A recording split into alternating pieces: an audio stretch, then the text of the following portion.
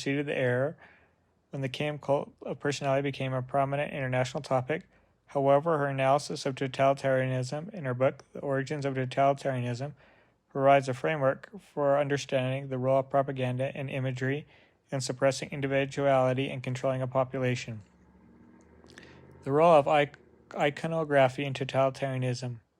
Arendt's work describes how totalitarian regimes, like the ones in Nazi Germany and Stalinist Russia, utilize specific techniques that are directly applicable to understanding the Kim Il-sung portraits in North Korea.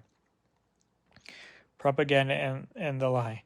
Arendt observed that totalitarian regimes create an alternative reality where propaganda and the lie become fundamental elements of governance. The portraits of Kim Il-sung, which became mandatory in North Korean homes in the 1970s, served this function by promoting a fabricated narrative of the leader as a semi-divine figure, the destruction of individuality. Totalitarian movements use propaganda and terror to break down the individuality of citizens and create a subdued population. The mandatory display of Kim portraits in homes and public spaces serves as a constant and inescapable reminder of the state's control over private and public life, erasing individual identity in favor of a collective state-mandated identity. Control through fear and loyalty.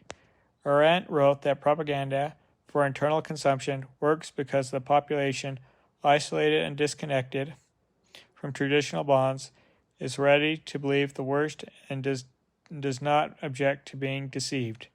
The strict social control and severe punishments associated with failing to properly honor or protect the Kim portraits reinforce this system, fostering loyalty through fear rather than genuine admiration. Use of terror. For Arendt, terror is a tool for creating an environment of fear that stifles any form of opposition.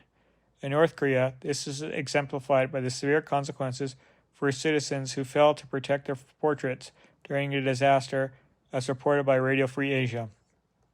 The investigation and punishment of flood victims who failed to rescue the portraits demonstrates how the regime elevates state symbolism over human life. The lonely masses.